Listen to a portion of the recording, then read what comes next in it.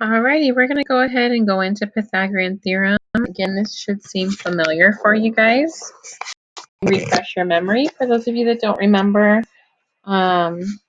you can actually only use Pythagorean theorem on a right triangle, so it has to have that little box there.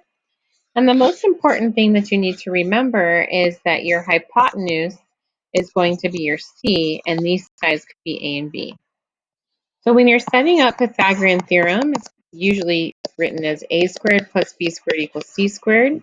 But the main part that you need to know is that your c, or whatever you're setting it equal to, always has to be your hypotenuse, which is the longest leg of the triangle.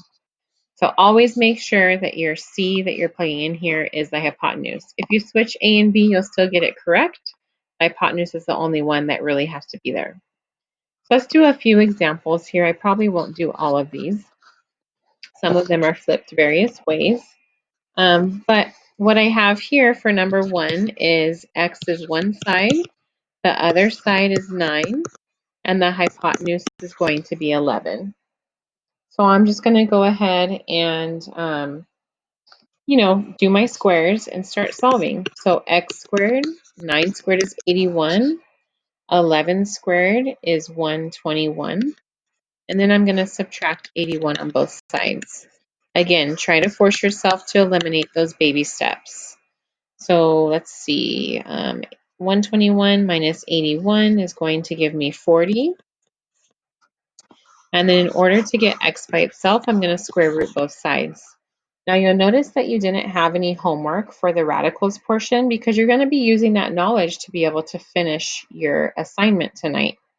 So now when I have something like square root of 40 as a solution, I want to see that as a simplified radical. So I need to take my 40 and I need to do a factor tree for it. So I'm going to do 2 times 20, 2 times 10, 2 times 5, and I'm going to go ahead and group in groups of 2.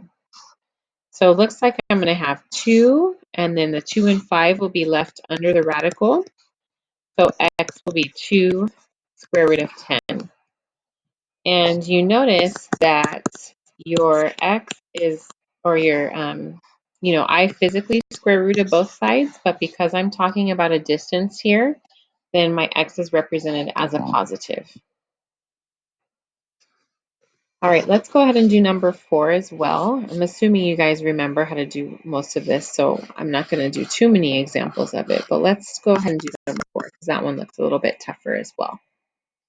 All right, so main thing is the hypotenuse is always across from the 90-degree angle there. Okay, so that's got to be where it's equal to x squared. And then my other sides are going to be 4 squared plus 4 square root of 3 squared. So 4 squared is going to give me 16. And when you have 4 square root of 3 squared, that square really belongs to both items. So that's like saying 4 squared times square root of 3 squared. So that 4 squared is going to give me 16. And then anytime you have a square and a square root, they basically cancel each other out. Because I would have square root of 9, and square root of 9 just goes back to 3. So when you have a square root and a square like that, they really just cancel each other out. Make sure you're using order of operations. Please excuse my dear Aunt Sally, right? PEMDAS. So 16 times 3 is 48. And 16 plus 48 is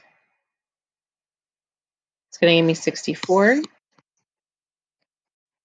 In order to solve for x, I need to get rid of that square. So I'm going to square root both sides.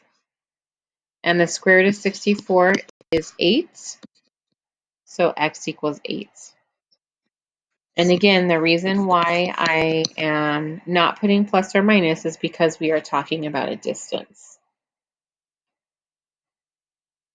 All right, I'll probably go ahead and save number 2 and 3 for maybe our classwork tomorrow together to see if how you guys are doing on these.